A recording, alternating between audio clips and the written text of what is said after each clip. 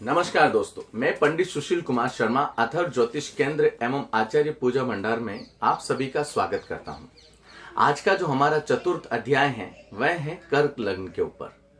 कर्क लग्न वाले जातक को कौन से रत्न धारण करने चाहिए और उनके द्वारा उनको क्या लाभ की प्राप्ति होगी, उसकी चर्चा आज हमारे इस विषय में होगी। इसके साथ में मैं आपको यह बताना चाहता हूं कि जो कर्क लग्न है उसका स्वामी चंद्र माना जाता है।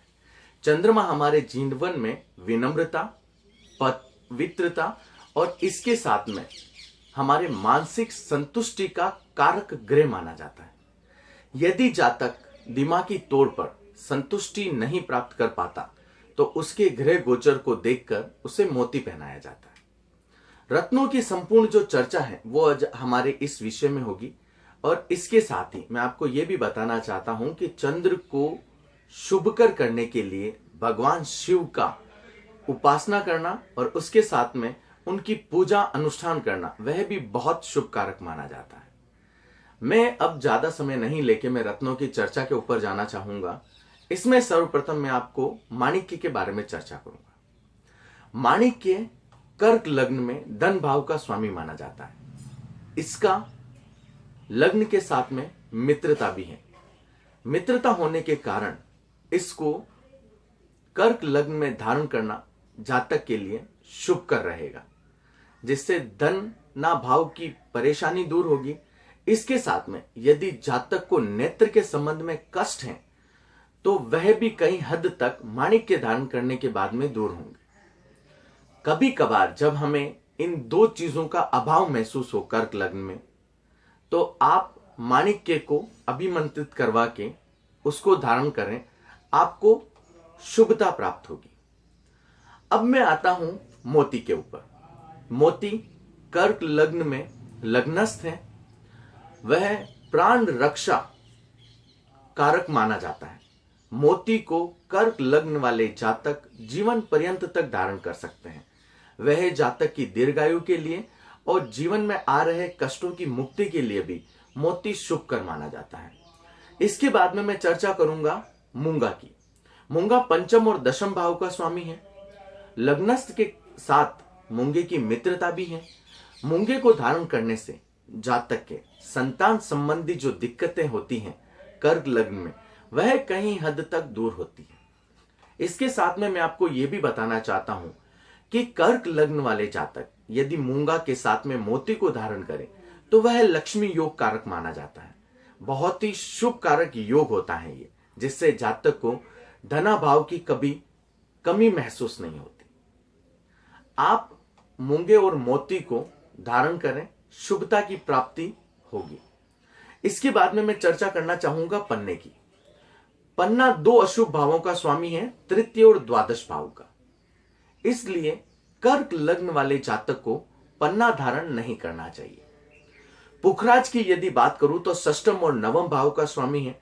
यह त्रिकोण का स्वामी भी है। त्रिकोण का स्वामी होने के कारण जातक को शुभता की प्राप्ति होती है।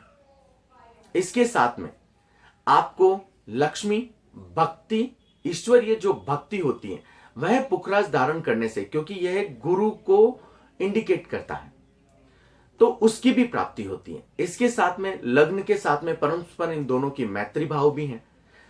इसको धारण करने से आपको ईश्वर भक्ति के साथ साथ धन में वृद्धि और आपके जमीन जायदाद में वृद्धि के योग बनते हैं।